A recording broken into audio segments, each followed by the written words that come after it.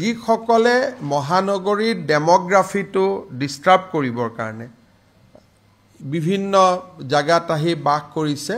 তেওঁলোকৰ আমি মাত্ৰ সাৰ্ভে এটা কৰিছো যে কিমান এনেকুৱানো মানুহ সোমাইছে কিন্তু ইয়াতে খিলঞ্জিয়া মানুহখিনিৰ ক্ষেত্ৰত একো আমি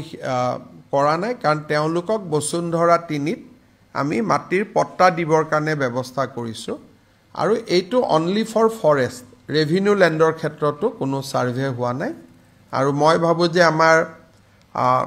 যিখিনি অসমীয়া মানুহ বা জনজাতীয় মানুহ আছে তেওঁলোক আতংকিত হোৱাৰ কোনো কাৰণো নাই আৰু তেনেকুৱা কোনো সাৰ্ভেও চৰকাৰে কৰা নাই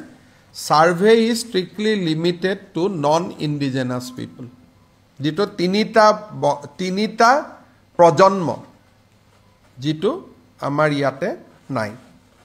তিনিটা প্ৰজন্ম ধৰ্মৰ লগত কথা নাই যদি তিনিটা প্ৰজন্ম অসমত আছে তেতিয়াহলে আমি সাৰ্ভে নকৰো কিন্তু তিনিটা প্ৰজন্ম যদি অসমৰ নহয় তেতিয়াহলে আমি সাৰ্ভে কৰিম 2 দিনৰ ভিতৰত উচ্ছেদ কৰাটো সম্ভৱ নহয় গুটেই মানুহবোৰ উৰিয়াম ঘাটতে লাগি আছে এটা 2 দিনৰ কথাটো একো নাই কিন্তু যিকোনো দিনতে আমি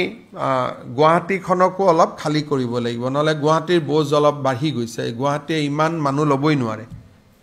গুৱাহাটীত যদি থাকিব পাৰে 10 লাখ মানুহ আছে 20 লাখ গতিকে কিন্তু আমাৰ মই দুই এখন পেপাৰত দেখো যে অলপ আমাৰ থলুৱা মানুহখিনিক আতংকিত কৰি দিব খোজে এই চৰকাৰে থলুৱা মানুহৰ মাটি উচ্ছেদ কৰাৰ